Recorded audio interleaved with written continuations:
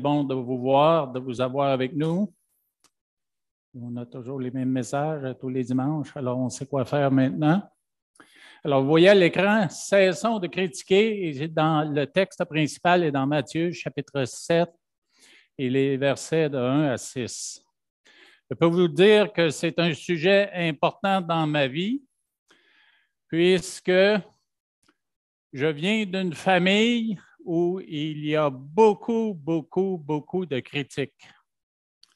Et puis mon grand-père, du côté paternel, mon père et moi-même, nous avons hérité de cette tendance. Alors, c'est pourquoi c'était important pour moi de bien préparer ce message et puis de bien comprendre les exhortations qui sont contenues. Oui?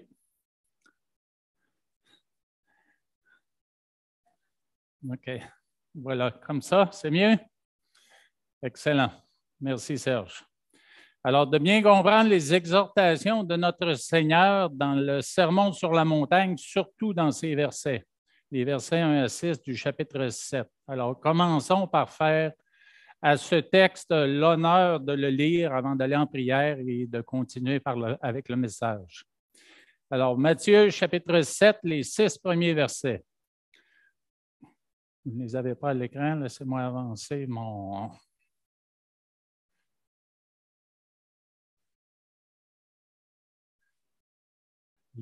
Voilà, ça devrait apparaître, les voici.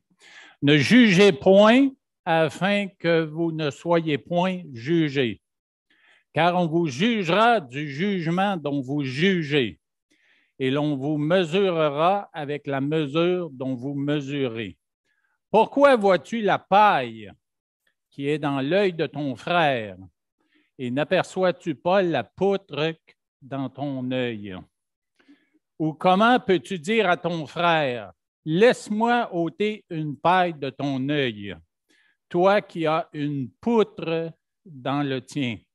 Hypocrite, ôte premièrement la poutre de ton œil, et alors tu verras comment ôter la paille de l'œil de ton frère. Ne donnez pas les choses saintes aux chiens, et ne jetez pas vos perles devant les pourceaux, de peur qu'ils ne les foulent aux pieds et ne se retournent et ne vous déchirent.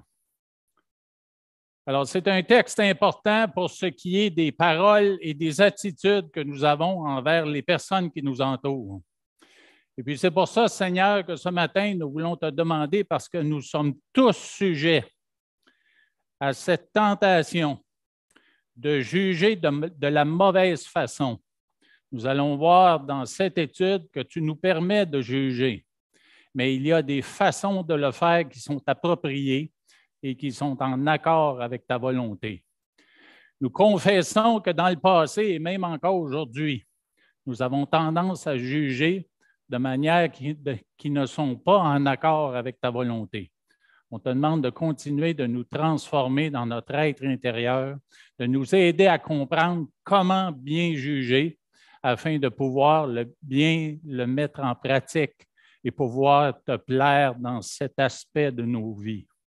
Alors, merci d'être avec nous ici ce matin par ton esprit qui est en nous. Ta présence nous est toujours bénéfique. Elle nous est salutaire pour le salut, bien sûr, et pour nous aider à continuer cette marche de défi que nous vivons ici sur la terre. Alors, bénis ce temps et aide-nous à bien comprendre ta volonté dans ce domaine qui est très important dans les relations humaines. C'est dans le nom de Jésus que nous prions. Amen. Alors, le contexte, bien sûr, du Sermon sur la montagne, on en a parlé à plusieurs reprises. Et puis, pour le bénéfice de gens comme moi qui avons de la difficulté à nous rappeler certaines choses, et pour les gens qui sont ici, peut-être qui nous visitent, eh bien, je veux y retourner pour quelques instants afin de bien comprendre le contexte de ce passage. Bien sûr, dans le Sermon sur la montagne, Jésus vient avec un contraste entre la justice hypocrite des scribes et des pharisiens qui s'opposent à la véritable justice de Dieu. Dans Matthieu 5,20, il est écrit « Car je vous le dis, si votre justice ne surpasse celle des scribes et des pharisiens, vous n'entrerez point dans le royaume des cieux. » Alors, imaginez Jésus qui donne cette parole-là alors qu'il enseigne un sermon sur la montagne à des disciples, des gens qui le suivent pour apprendre de sa sagesse et qui, en même temps, pouvaient être de ces scribes et de ces pharisiens qui étaient là présents et qui le surveillaient. Alors, il leur dit, si votre justice ne surpasse celle des scribes et des pharisiens, vous n'entrerez point dans le royaume des cieux. Tout ça pour dire que la justice de ces hommes religieux de ce temps, de son temps, mais ils n'étaient pas à la hauteur dans ce qu'ils étaient religieusement et ce qu'ils faisaient. Alors, le thème de ce passage, c'est bien sûr les relations humaines. Dans le verset 1 à 6, on voit l'aspect négatif d'un esprit critique et satisfait de soi. Dans les versets 7 à 12 que nous allons voir la semaine prochaine, eh bien, c'est l'aspect positif d'un esprit qui est humble, confiant et bienveillant. Alors, déjà, vous voyez des exhortations négatives, choses à ne pas faire, et des exhortations positives la semaine prochaine, les choses à faire, qui être et quoi faire. Donc, dans les versets 1 à 12, c'est un résumé des principes divins relatifs aux bonnes relations humaines. Est-ce qu'on a besoin de ça? On a besoin de ça en famille, on a besoin de ça dans l'Église, on a besoin de ça dans nos relations partout dans le monde. Alors, c'est vraiment des questions importantes et pratiques. Nous savons, ou nous avons au moins une intuition, que le développement d'une fausse religion, ça passe par l'établissement de ses propres normes religieuses de moralité. Et puis, c'est ce dont étaient coupables les scribes et les pharisiens. Ils avaient développé tout un système de traditions et de normes qui n'étaient pas en accord avec la volonté de Dieu. Alors, ça produit éventuellement un jugement de tout le monde autour en fonction de ses croyances personnelles ou croyances personnalisées. Alors, vous voyez des hommes religieux qui étaient supposés enseigner les choses de Dieu et entraîner les gens à suivre avec des bons principes, des bonnes normes, le Seigneur, le Créateur de l'univers, mais au lieu de ça, on les jugeait et on les critiquait parce qu'ils n'arrivaient pas à atteindre les normes qu'eux-mêmes avaient développées. Alors, qu'est-ce que Jésus condamne des scribes et des pharisiens? Il condamne la modification graduelle plutôt de la parole révélée de Dieu. Alors, il condamne aussi l'adaptation à leur propre pensée, leur propre penchant et leur propre capacité. Alors, il condamne aussi leur tradition qui remplace l'autorité de toutes les Écritures. Alors, Jésus a sévèrement réprimandé ces leaders religieux. Par exemple, dans Matthieu 15, 2 et 15, 6, il est écrit ceci. C'est les pharisiens, premièrement, qui posent une question à Jésus à propos de ses disciples et ils demandent pourquoi. Pourquoi tes disciples transgressent-ils la tradition des anciens? Car ils ne se lavent pas les mains quand ils prennent leur repas. Alors, pourquoi transgressent-ils quoi? Non pas la loi de Dieu, mais la tradition des anciens. Puis Jésus leur répond sévèrement avec une parole en 15, 6 dans Matthieu. Vous annulez ainsi la parole de Dieu au profit de votre tradition. Alors, ce qu'ils sont devenus, et c'est un reproche que Jésus leur fait, ils sont devenus élitistes qui regardent les autres de très haut. Alors, quand on regarde dans notre société aujourd'hui, on voit ça régulièrement, que ce soit en entreprise, que ce soit dans le sport, que ce soit chez les gouvernements, on voit qu'il y a des groupes qui s'élèvent en autorité et en pouvoir sur les autres pour condamner ceux qui sont en dessous. Alors, Jésus condamne cet élitisme-là. Alors, il condamne aussi l'évaluation des autres, puisqu'on les évaluait, ceux qui étaient en dessous, ceux qui étaient autour, on les évaluait selon des apparences extérieures superficielles. Alors, les critères qu'on suivait pour évaluer et juger les autres, mais aux yeux de Dieu, ça n'avait aucun sens. Alors, il cherchait aussi à se justifier auprès des autres hommes, mais leur jugement était une abomination. En Luc 16, 15, il est écrit, Jésus leur dit, vous cherchez à paraître juste devant les hommes, mais Dieu connaît vos cœurs, car ce qui est élevé parmi les hommes est une abomination devant Dieu. Alors, quand on regarde les hommes, là, on regarde qu'on a des évaluations. Entre autres, dans le monde, aujourd'hui, on évalue une personne et on la juge à un niveau supérieur. Puis c'est James Dobson qui parlait de ça dans un de ses livres quand il parlait des enfants en grandissant qui avaient de la difficulté à se faire accepter dans leur entourage. Puis il disait qu'il y avait deux monnaies par lesquelles on évaluait les personnes. Premièrement, la monnaie importante, c'était l'apparence physique. Alors, il disait que c'était la pièce d'or. C'est l'apparence physique des personnes. Puis la deuxième, la pièce d'argent, c'était les accomplissements.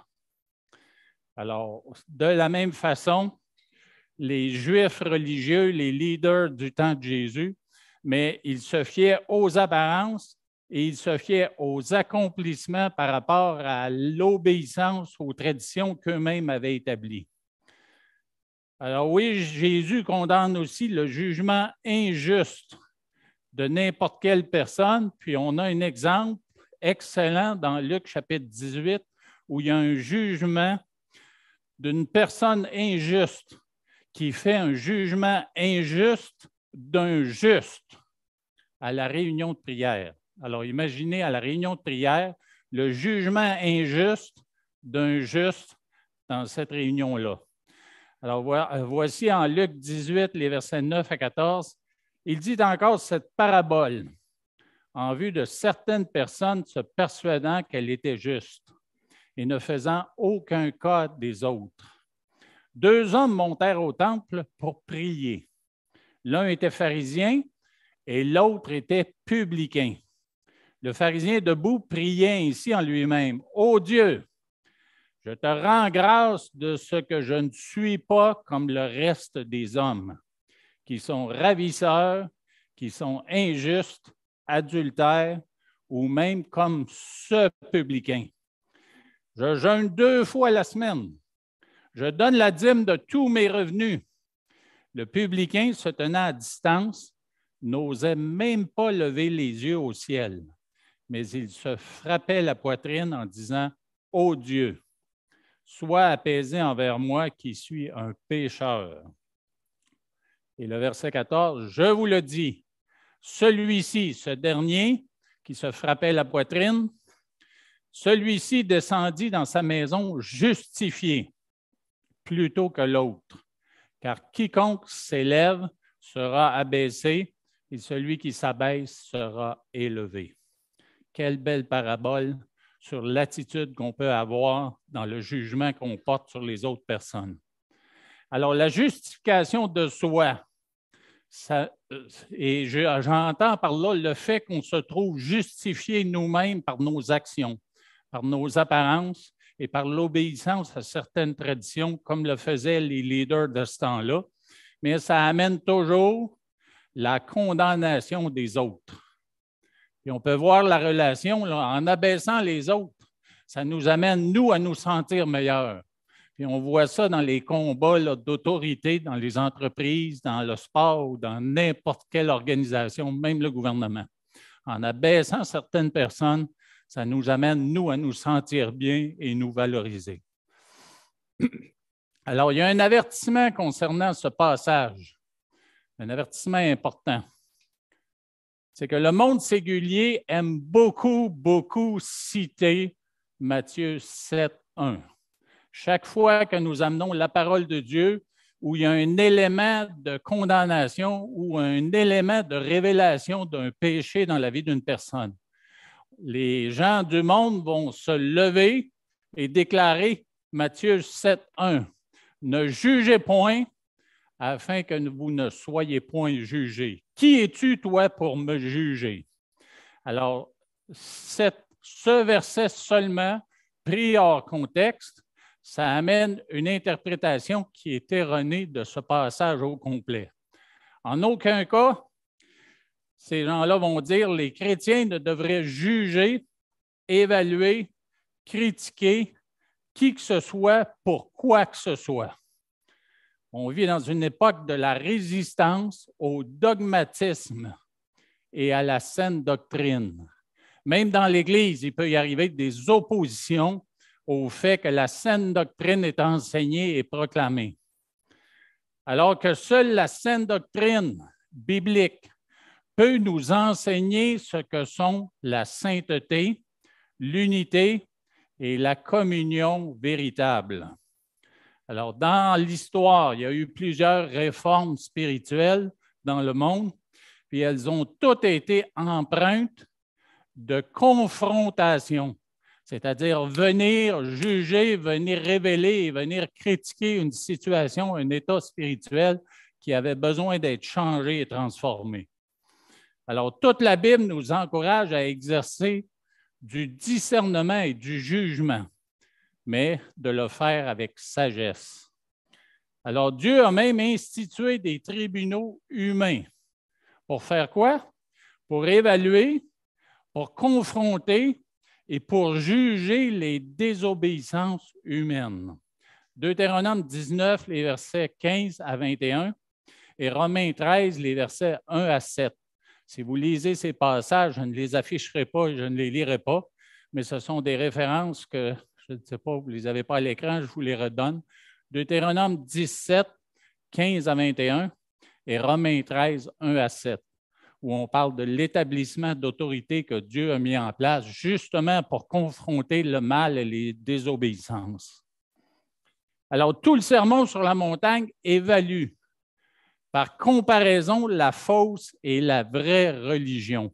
Alors, il y a un élément de jugement là, dans le sermon sur la montagne de la part de Jésus contre la religion de son temps, un judaïsme qui s'était vraiment là, égaré. Alors, Jésus place les normes saintes et parfaites de Dieu aux côtés des normes impies et injustes des scribes et des pharisiens. Il déclare que ceux qui suivent les normes humaines impies n'ont aucune part dans le royaume de Dieu.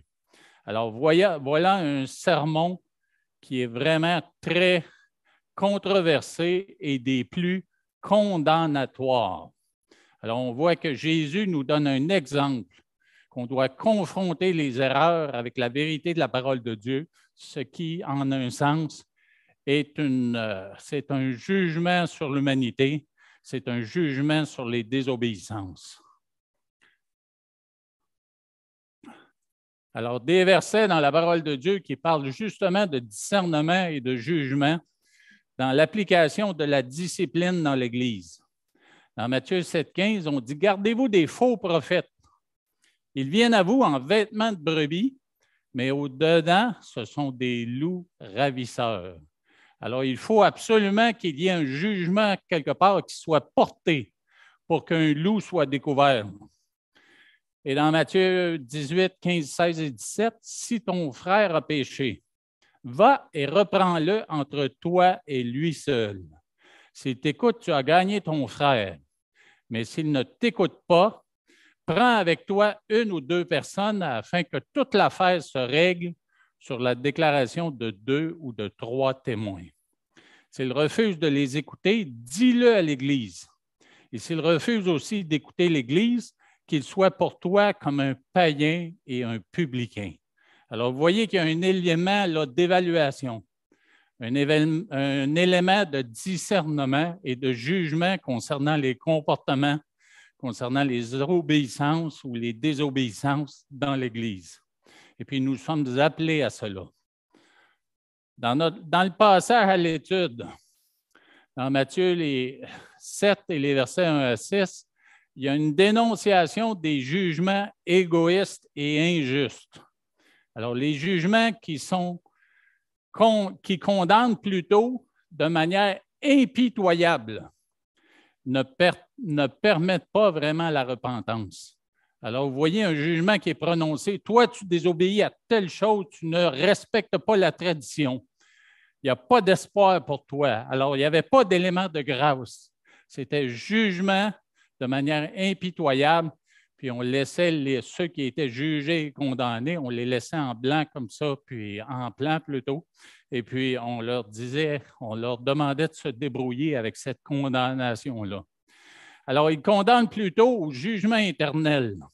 Ça, c'est vraiment maudire à cause d'attitudes et d'actions qui ne cadrent pas avec une tradition humaine et charnelle. Jésus fait allusion au jugement des motifs dans cette portion du Sermon sur la montagne qu'aucun humain ne peut discerner pleinement chez un autre.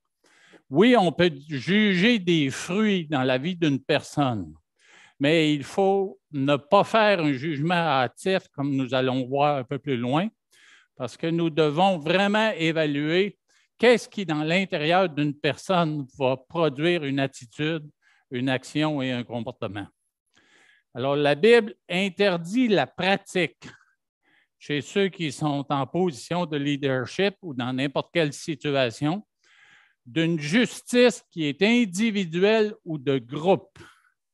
En anglais, on dirait mob justice. Et puis ça, bien sûr, on a déjà vu ça. Nous, on ne l'a pas vécu, c'est certain. On peut le vivre un jour.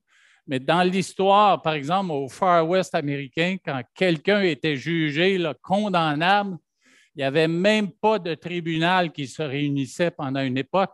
On attrapait la personne, on passait une corde à une branche d'un arbre et on la pendait là sur place. Alors, dans bien des époques de l'histoire de l'homme, il y avait cette justice de groupe ou justice individuelle où on faisait ça de manière expéditive, hâtive et avec aucune sagesse et aucune compassion. Je pense que c'est en train de revenir. Quand on regarde toute la violence qu'il y a maintenant aux États-Unis, on la voit sur les routes, par exemple, où une fausse manœuvre peut amener quelqu'un à te tirer littéralement. Ou ça peut être sur la rue, ça peut être un regard drôle d'une personne âgée à un jeune qui est en colère à l'intérieur, puis tout de suite, il va se faire justice en éliminant la personne âgée. Alors, c'est contre ces justices rapides, sans sagesse, sans grâce, que le passage vient dire, là, ne jugez pas de cette manière-là. Alors, malgré son omniscience, Dieu donne l'exemple de jugement divin non précipité. Et puis là, c'est très, très intéressant. Si vous regardez la tour de Babel, dans Genèse 11:5, voici ce qu'il est écrit. L'Éternel savait dans son omniscience ce qui se passait sur la terre. Mais regardez l'exemple qu'il nous donne pour ce qui est d'une justice ou d'un jugement qui est patient, qui n'est pas hâté, et puis où on prend vraiment le temps de regarder. En 11:5, il est écrit « L'Éternel descendit pour voir la ville et la tour que bâtissaient les fils des hommes. » Est-ce que Dieu avait besoin de descendre pour voir ce qui se passait? Je ne crois pas. Mais il l'a quand même fait dans sa grâce. Il a fait la même chose avec Sodome et Gomorrhe. En Genèse 18, 20 et 21, et l'Éternel dit, le cri contre Sodome et Gomorrhe s'est accru, et leur péché est énorme. Alors, la grandeur de ce péché-là, ce cri-là montait vers Dieu, et il l'entendait et il le savait. Et puis au verset 21, c'est pourquoi je vais descendre et je verrai s'ils ont agi entièrement selon le bruit venu jusqu'à moi. Et si cela n'est pas, je le saurai. Alors, voyez-vous, il y a déjà cette question de jugement de notre part hâtif concernant une personne et ses motivations pour une telle attitude de telles paroles ou de telles actions. Puis on a tendance à réagir. Puis ça peut produire souvent notre réaction émotionnelle. Ça peut produire encore plus de problèmes et de troubles. Alors, premier élément, dans le verset 1, juger injustement à la manière des scribes et des pharisiens révèle une fausse perspective de Dieu. Ne jugez point afin que vous ne soyez point jugés. Jésus déclare aux scribes et aux pharisiens qu'ils ne sont pas l'autorité finale. Jésus, ou plutôt juger les motifs et ou maudire quelqu'un en le condamnant, c'est se mettre à la place de Dieu. Et puis ça, c'est vraiment le présomptueux de notre part de penser qu'on peut dire à Dieu, sur ton trône de justice, pousse-toi, c'est à mon tour, c'est moi qui vais le juger lui, ou c'est moi qui vais les juger aux autres. C'est très présomptueux et c'est péché. Alors, on sait très bien qu'en Jean 5, 22, 23, le jugement a été remis à Jésus, où il est écrit « Le Père ne juge personne ». Mais il a remis tout jugement au Fils, afin que tous honorent le Fils comme ils honorent le Père. Celui qui n'honore pas le Fils n'honore pas le Père qui l'a envoyé. Alors, dans le royaume millénaire, les 12 apôtres sont appelés aussi à juger. Je vais vous laisser tout simplement le trouver et le lire par vous-même dans Matthieu 19, 28. À la fin du verset, il est écrit « Vous qui m'avez suivi, vous serez de même assis sur 12 trônes, et vous jugerez les 12 tribus d'Israël. » Et puis dans 1 Corinthiens 6, 2, on parle aussi des saints qui jugeront le monde. Mais en attendant, nous devons, avec sagesse, faire très, très attention au jugement que nous portons. Nous ne voulons pas prendre la place de Dieu. Alors dans Jacques 4, les versets 10 à 12, il y a un avertissement sérieux sur la nécessité de l'humilité en ce qui concerne le jugement par rapport aux autres. Humiliez-vous devant le Seigneur et il vous élèvera. Ne parlez point mal les uns des autres, frères. Celui qui parle mal d'un frère ou qui juge son frère parle mal de la loi et juge la loi. Or, si tu juges la loi, tu n'es pas observateur de la loi, mais tu en es juge. Un seul est législateur et juge, un seul. C'est celui qui peut sauver et perdre.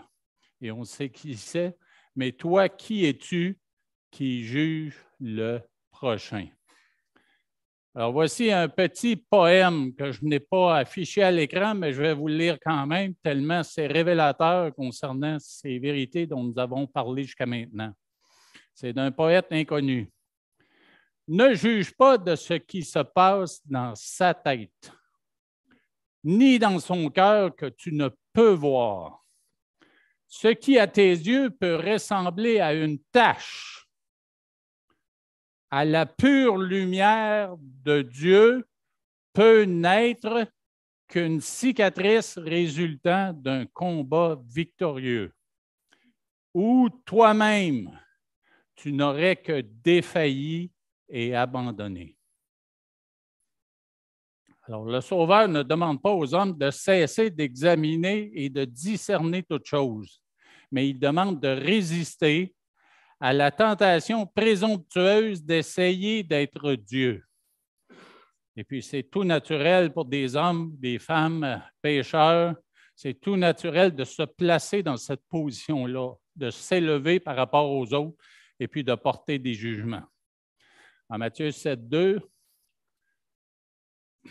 sur la diapositive suivante, « Car on vous jugera du jugement dont vous jugez, et l'on vous mesurera avec la mesure dont vous mesurez. » Alors, juger justement, dans le titre, à la manière des scribes et des pharisiens, ça révèle une fausse perspective des autres. Et puis, en travaillant ce verset, je repensais aux plusieurs fois où notre frère Michel, récemment, a parlé de l'imago Dei que Dieu a placé dans l'homme. Alors, les hommes autour de nous Dieu, originellement, a placé l'image de Dieu en eux. Et puis ça, on doit en tenir compte quand vient le temps de porter un jugement. Juger injustement les autres, c'est penser à tort qu'ils nous sont inférieurs. Jésus déclare que nous serons jugés du même genre de jugement que nous appliquons aux autres. Alors, de cette manière-là, on sait très bien que nous essayons d'appliquer, je pense que je l'ai écrit un peu plus bas, nous proclamons notre droit de juger basé sur nos normes personnelles de connaissance et de sagesse, sur notre, entre guillemets, omniscience, qui n'est pas réellement une omniscience, mais des fois, on peut le percevoir comme tel, notre omniscience personnelle qui fait en sorte qu'on se pète les bretelles, puis on peut dire, moi, je peux juger cette situation, moi, je peux juger lui à cause de connaissance, expérience et tout le reste. Alors, quand nous prenons le rôle de juge, nous déclarons que nous sommes compétents pour juger, que nous connaissons et comprenons tous les faits, toutes les circonstances et tous les motifs en jeu. Est-ce que c'est le cas? Loin de là. Loin de là. J'ai essayé en tant que pasteur de cette communauté dans certaines situations d'essayer de jouer un peu ce rôle-là pour déterminer qui avait tort.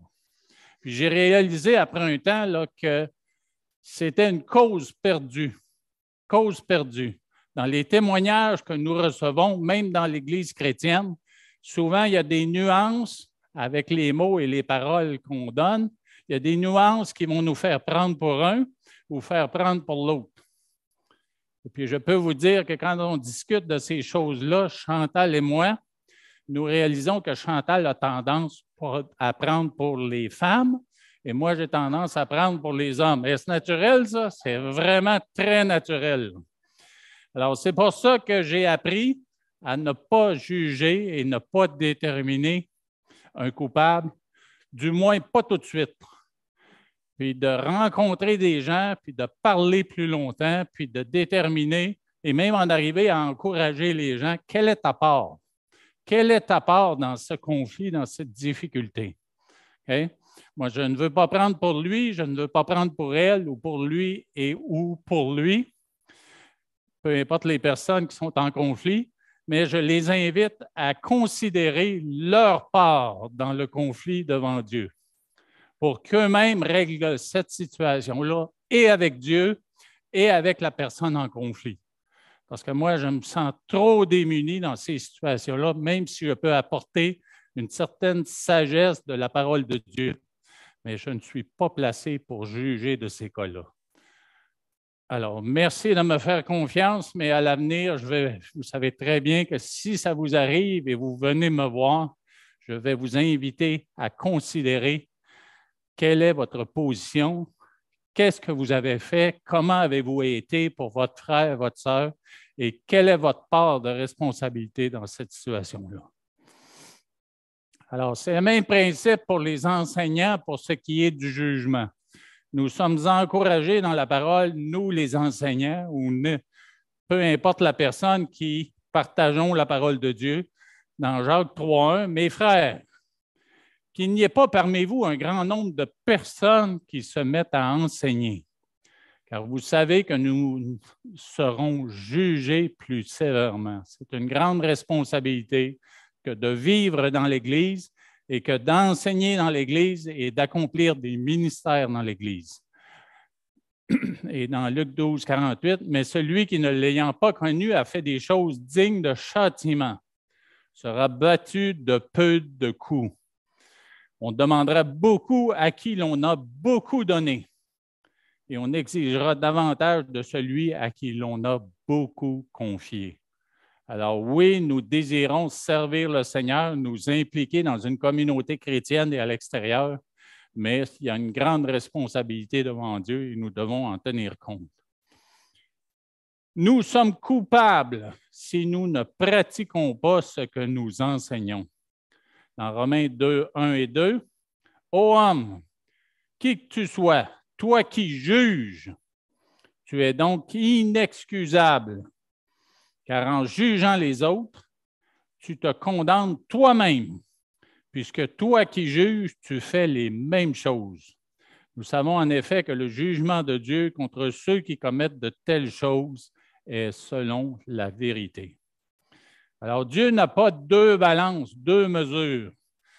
Il y a un proverbe que j'aime beaucoup dans le chapitre 20 et le verset 10.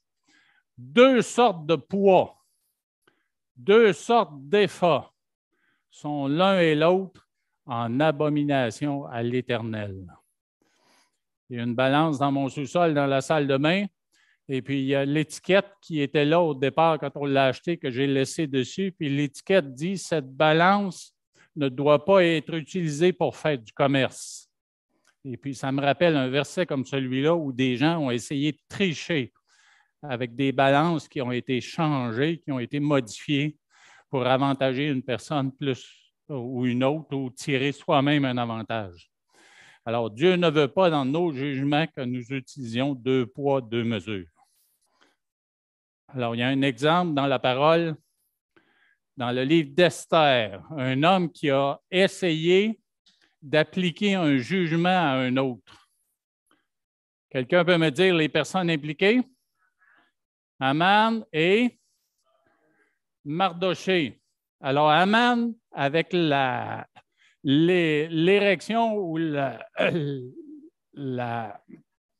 sa potence, il avait préparé un jugement contre Mardoché. Il voulait absolument l'exécuter, se débarrasser de lui. Et qu'est-ce qui est arrivé? Dieu a permis que la situation soit complètement renversée et c'est Haman lui-même qui a testé sa potence, qui a très bien fonctionné, je pense.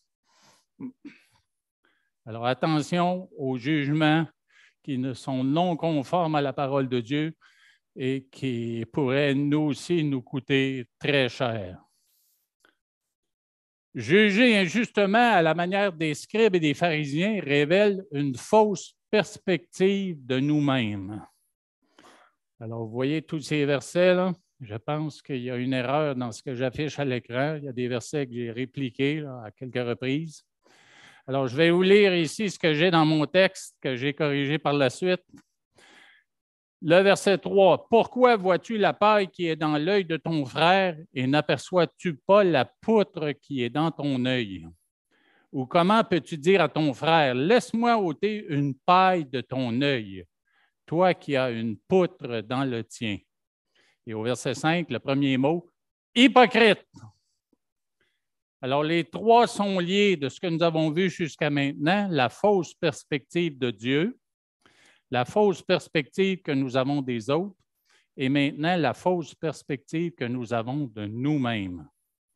Alors, se mettre à la place de Dieu pervertit notre perspective des autres et de nous-mêmes. Ici, la paille dont il est question, ce n'est pas une poussière. Et puis, on sait très bien qu'une poussière dans l'œil, à quel point ça peut être désagréable. Mais ici, on parle de plus que ça. On parle d'une paille. La signification, c'est vraiment une petite tige, une brindille ou même une écharde. Alors, si une poussière fait mal dans l'œil, imaginez quelque chose qui est un peu plus grand. Ce n'est pas insignifiant pour un œil quand on considère sa sensibilité. Alors, Jésus ne compare pas un tout petit péché, un tout petit manquement, à un péché très grand. Il compare un péché qui est grand à un autre qui est énorme. Certains interprètes des Écritures diront que la paille représente une infraction cérémonielle mineure, alors que la poutre représente un péché extrêmement vulgaire et répugnant.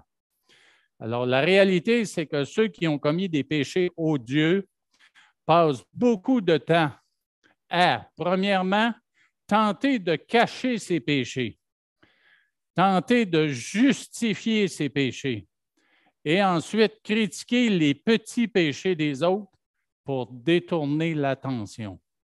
Alors, je peux vous dire que présentement, il se prépare une élection de mi-mandat aux États-Unis. Et puis, ça m'intéresse parce que je sais que ce qui se passe aux États-Unis va avoir des effets sur le Canada. Et puis, je vois très bien là, que ce que des gens font dans un parti, il condamne l'autre partie de faire les mêmes choses. Il les accuse de faire les mêmes choses. Et puis, on voit ça, comme je disais tantôt, là, dans n'importe quel organisme humain, n'importe quelle entreprise ou n'importe quelle même religion. Alors, le péché de sa propre justice est à la base d'un péché d'aveuglement ou de vision déformée. Celui qui le commet a une vision, premièrement, comme on disait tantôt, déformée de Dieu et de sa volonté. Il a aussi une vision déformée des autres, les considérant inférieurs à lui-même. Et il a une vision déformée de soi, se jugeant lui-même juste devant Dieu. Alors, c'est un péché qui naît de l'incrédulité. Le propre juste croit plus en lui-même qu'il ne croit en Dieu. Il se croit capable de juger du bien et du mal. Il pense pouvoir séparer ceux qui font le bien et ceux qui font le mal et le faire avec justice. Il se prétend législateur et juge. Législateur étant la personne qui fait les lois, puis juge, bien sûr, celle qui juge les personnes et les condamne. Parce qu'il ne se voit pas pécheur. Il ne croit pas avoir besoin de la grâce. Alors, le verbe grec est « n'aperçois-tu pas la poutre qui est dans ton œil ». C'est un verbe qui communique l'idée d'une méditation qui est continue et sérieuse. Pendant le temps de communion, tantôt, notre frère nous a encouragés à une introspection avec l'aide de l'Esprit. Eh bien, ça, c'est l'idée ici, n'aperçois-tu pas la poutre qui est dans ton œil? C'est cette idée-là d'introspection spirituelle avec l'aide de l'Esprit de Dieu. Alors, paraphraser ce passage, on pourrait le faire avec la phrase suivante. Ne t'arrêteras-tu pas pour réfléchir à ton propre péché? Tant que tu n'auras pas fait excusez-moi, tant que tu ne l'auras pas fait, comment peux-tu confronter un autre sur ses manquements si tu ne t'es pas regardé toi en premier? En résumé, le propre juste, celui qui se pense juste, n'est qu'un hypocrite, car il affiche continuellement une fausse supériorité.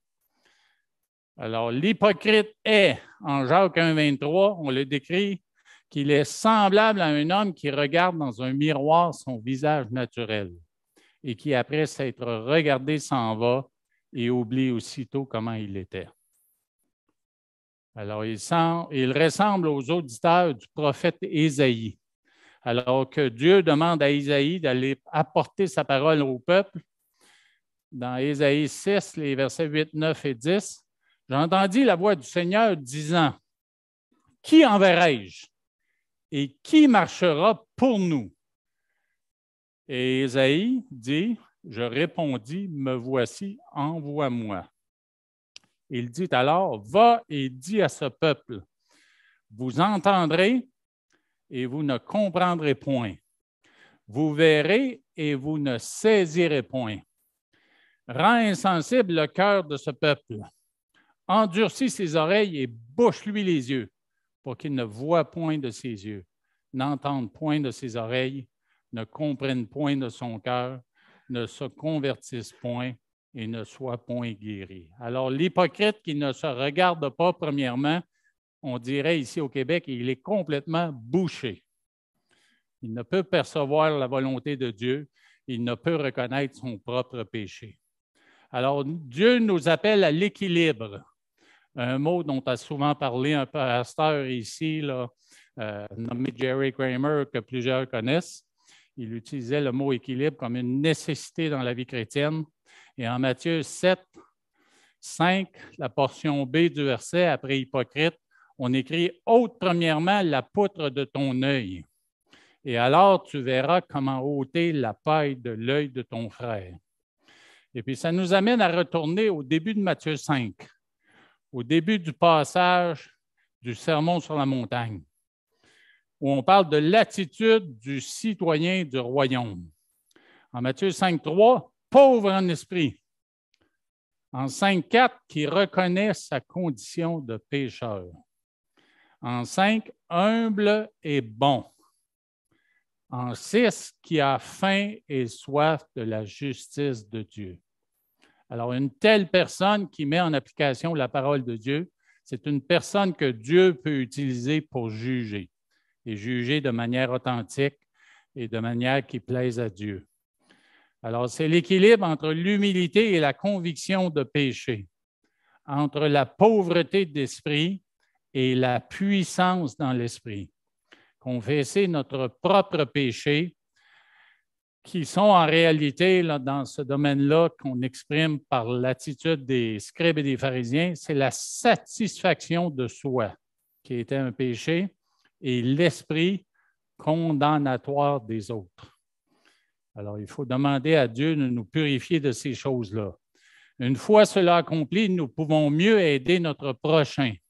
Pourquoi? Parce que, pour répéter les 3 items dont nous avons parlé, nous voyons Dieu plus clairement. Nous voyons aussi les autres plus clairement. Et nous voyons plus clairement. Alors, David exprime l'équilibre, cet équilibre entre l'humilité et la capacité d'aider dans le psaume 51. Vous avez la référence à l'écran. « Ô Dieu, crée en moi un cœur pur. Renouvelle en moi un esprit bien disposé. » Ah, que j'aime ce passage. « Ne me rejette pas loin de ta face. Ne me retire pas ton Esprit Saint. Rends-moi la joie de ton salut et qu'un esprit de bonne volonté me soutienne. J'enseignerai après cela tes voies à ceux qui les transgressent et les pécheurs reviendront à toi. » Alors, vous voyez que David, il a cette attitude de repentance devant Dieu quant à son péché d'adultère et du meurtre qu'il a commis, là. Mais il se sent quand même restauré par Dieu en disant, après cela, une fois que tu m'auras restauré, purifié, j'enseignerai tes voies à ceux qui les transgressent. Dans un sens, on pourrait dire, je pourrai juger le peuple que tu m'as donné. Alors, Pierre a été lui aussi rétabli pour affermir ses frères, en Luc 22, 32. Mais j'ai prié, c'est Jésus qui parle de ça pour un événement futur, mais j'ai prié pour toi, Pierre, afin que ta foi ne défaille point. Et toi, quand tu seras converti, affermis tes frères. Alors, il y a un processus là, de purification, de repentance, d'humilité qui est nécessaire avant de se placer dans une position de jugement au-dessus des autres. Alors, le premier danger pour nous, quand on considère les jugements que nous pouvons porter, c'est de juger nos frères de manière hautaine et arrogante. Le deuxième danger, c'est de penser que nous n'avons aucun droit de nous opposer aux fausses doctrines et mauvaises pratiques dans l'Église. Ça, c'est l'autre extrême. Craindre de confondre le mensonge nous fait manquer de discernement. C'est pour ça que Pierre exhorte l'Église à confronter, à critiquer et à juger le mensonge et le péché, comme dans 1 Pierre 4, 17, car c'est le moment où le jugement va commencer pour la maison de Dieu. Or, si c'est par nous qu'il commence, quelle sera la fin de ceux qui n'obéissent pas à l'Évangile de Dieu? Alors, dans un verset comme celui-là et dans d'autres, nous sommes appelés à vraiment confronter le péché qui doit passer par une étape de jugement, une étape d'évaluation et de critique de ce qui se passe autour de nous, des attitudes qui sont exprimées, etc. Alors, nous avons une dernière déclaration dans les versets que nous étudions qui est vraiment spéciale. Ne donnez pas les choses saintes aux chiens et ne jetez pas vos perles devant les pourceaux, de peur qu'ils ne les foulent aux pieds, ne se retournent et ne vous déchirent. Alors, Jésus, fidèle à ses habitudes, il utilise une illustration de son temps où il y avait pas des chiens comme des chiens que nous avons aujourd'hui qui dorment dans nos lits puis qui s'assoient sur nos fauteuils puis qui même mangent à notre table.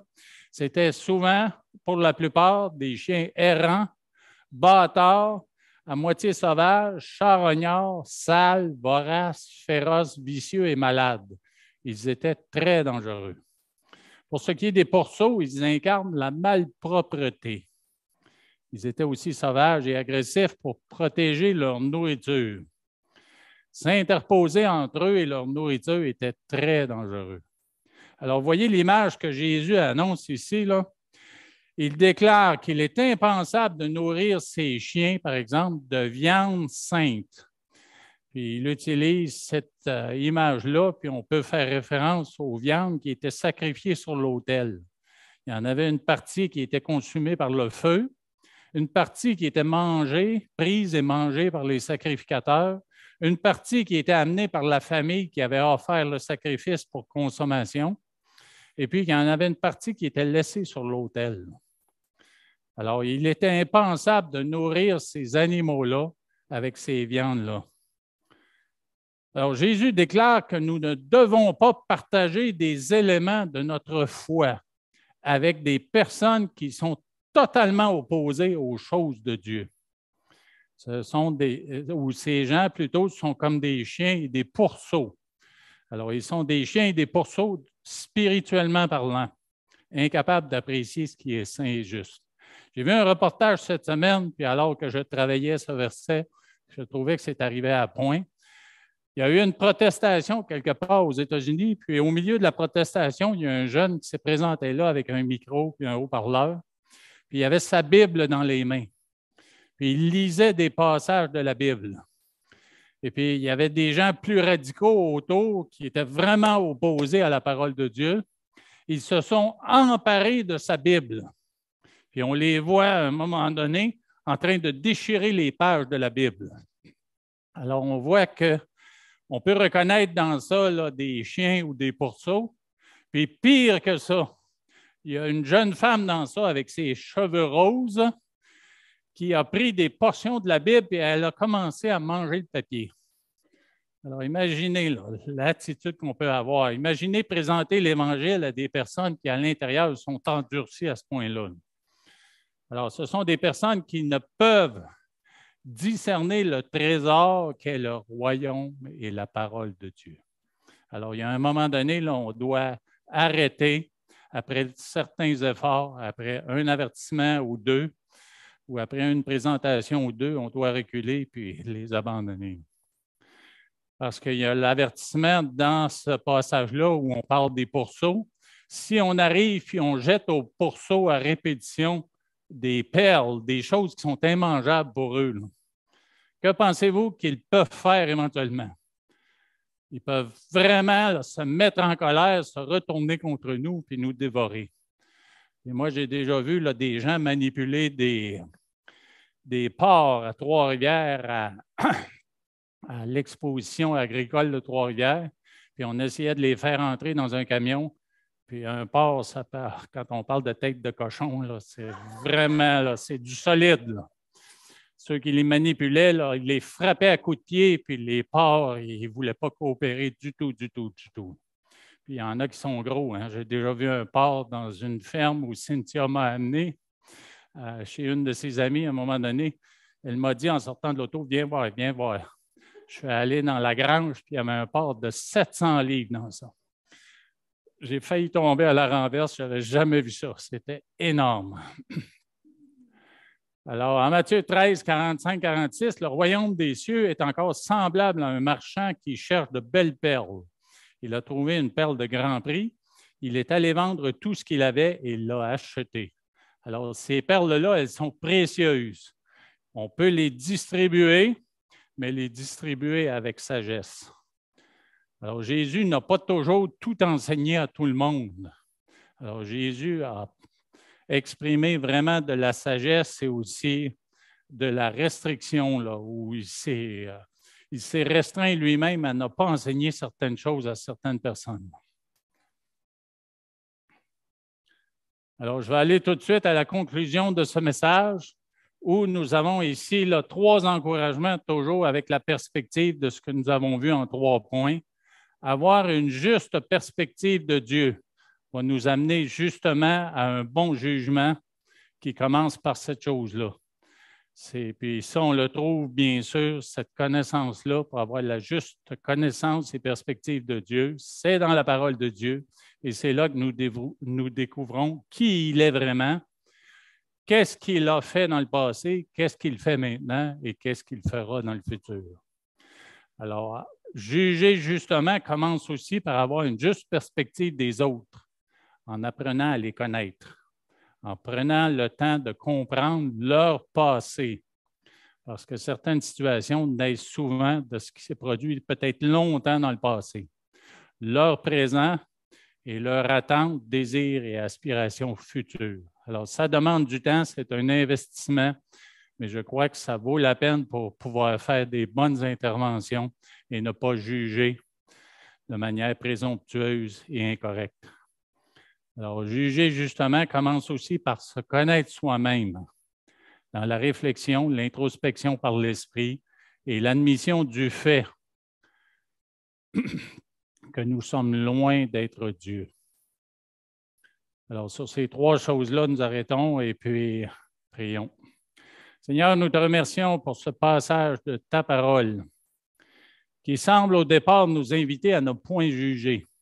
Mais quand on y fouille pour trouver les détails de ce trésor, on réalise que tu nous invites à juger, que tu nous invites à évaluer, que tu nous invites à discerner.